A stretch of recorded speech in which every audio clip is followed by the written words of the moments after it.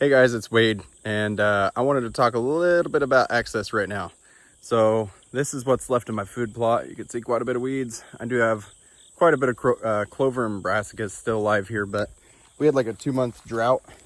And so if you can hear this, it's quite dry and crunchy, but I did mow it off and replant. So I do have some stuff coming back up. We were fortunate enough to get a little bit of rain last week, but again, it's all dried out. Regardless though, got a elevated ground blind right here. It's just an elevated platform that I made and put a pop-up blind on it. So this is actually a pretty good little plot here. My son killed his first deer last year with a shotgun on it, and all the shots that we take, everything's going to be within 40 yards of this blind right here. But back to my point, going to be talking about access. As you can see, this is all very tall and very thick. I leave it like that purposely. I purposely put brush right here all the way up to it and right in front of the platform. We'll get over here so you can see. And right here in front of the platform, because there are many times when we access this plot that there are deer actually out here in the plot. And I don't want to put my scent in the plot. I don't want to disturb them, bump them off of it or anything. So what the best thing to do is to actually access this behind the blind and just come straight up to it and get in it. And we have done that. The very first time my son ever went with me out here to this blind that I had built and everything, the very first time we ever got in it a couple of years back, he got in there and I let him go up first because he was just a little dude at the time. And he goes, "Daddy, there's deer in the blind." I was like, "What?" He goes, "There's deer in the blind." I was like, "Not in the blind." I was like, "What do you mean?" So he points and I just peek around the corner and there was already 3 does standing right here, 20 yards away from us. Didn't have a clue that we were there. I'll show you guys the access to this later and why it's important. I'm actually going to be trimming that with, I guess you call it a weed whip, I think is what it's called. Just a little handheld thing that you just go and smack the weeds down. It cuts them pretty good. Works great. You can use a weed eater, whatever else, a rake for, places that have a bunch of leaves, stuff like that. But I wanted to bring up the point that it's very important not to access through your food plots if you can help it. I know a lot of people will put like elevated blinds and stuff right in the middle of food plots and everything. And that's okay in certain instances, or if you don't have a choice in the matter, like there are certain stands that I have to access through, the food source, like an empty crop field or something like that, along the field edge. I have to kind of access through that or along that, and that's fine too. But if you can help it, the better way to do it is literally to come from the backside where there aren't going to be any deer. This is just a very, very small timber right here, and they don't really bed in it or stay in it, anything like that. They don't really have a reason to go through there. And so I will have my wind blowing that way, or, a crosswind either north or south here, and pretty well safe. So everything's going that way. I come from that way, get in the blind. Deer out here don't have a clue. And I'll show you guys that here in just a minute. Stay tuned. So this trail is somewhat still here from where I've previously cut it in the years past, but I've got my 2 favorite tools here for cutting trails. I've got a pair of loppers and of course the trusty old weed whip. That thing works great for cutting trail camera stuff too. Just keep that in mind. Both of these work awesome.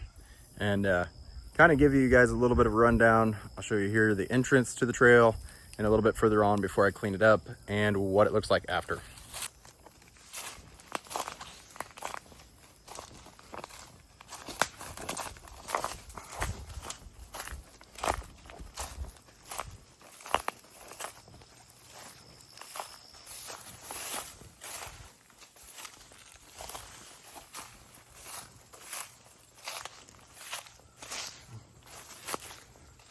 So you can see this is kind of cleared out here, a bunch of sticks and stuff, but got a lot of the actual brush taken care of to where it's not an issue.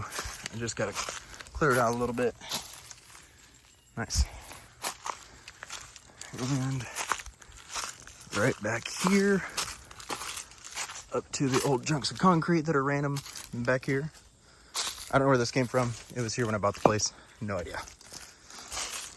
And there's the back of the blind. So got to cut all this out, but even right here you can see the brush and stuff that I was referring to earlier and how thick that is right there. once I get all this cleared out right here, it's like a complete screen before we even get into that. So you just come through here clearly, or quietly, sorry, and they don't even know you're here. All right, so here is the trail now leading up to the blind. I'm not gonna go down to the whole thing and waste you guys' time, but you can see nice and clear through there now. And right here, you don't have to make it that wide, but with that weed whip, you kind of gotta whip it back and forth, hence the name. But now I got another problem. Made it to the blind. I don't mind a little bit of stuff on the blind, but that's all living. So I don't want it to get too aggressive and actually rip holes into my blind. So I'm gonna trim back some of the bigger stuff on the side here and over the top. Just the stuff that's putting a lot of pressure on it. The stuff that's barely scraping up against it or anything, I'm not too worried about. It really helps it kind of blend in with the rest of the cover, since as you can see, it is completely clear over on this side. So I'm gonna trim that back, and then I'm gonna get inside of it and look out, because I know that there's some stuff that I'm gonna need to trim over on that side where it's really thick for shooting lanes. All right guys, so this is the view from the blind here. Nice little setup here, but as I was saying, to the right, I got a little hole that I want there, a little bit bigger, so I can shoot the right side of the plot, because the entire right side is just a wall of underbrush. So I don't mind that there's a little bit of stuff out here. I actually like the depth of cover in blinds and stands.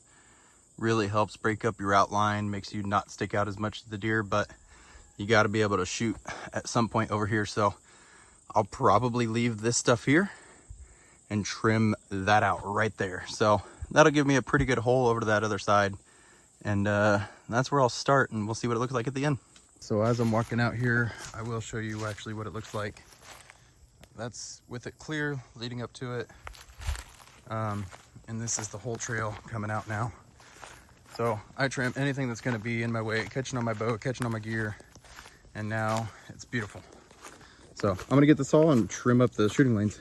So I got a bunch of that stuff cut out of there, and all I'm doing now is literally just adding it to the pile in front of that. As the leaves die and everything, that's gonna sag anyways. But I'm just trying to create a wall here where they can't see through, so that when I come into that blind, they don't have a clue. So here is the final product. I got everything trimmed up, all the trails coming in good, and now you can see I can shoot to the right side there. Still left some of this stuff here in front for depth of cover, and a bunch of the stuff to the right and this thick stuff, but got a nice little window right there to shoot about 35 yards. So should be good. Let's see what happens. Hey guys, I just wanted to say thank you for watching. Please let me know in the comments what you took away from this, what might have been helpful. And if you would, please feel free to subscribe to the channel and share this with a friend. Thanks, and happy hunting.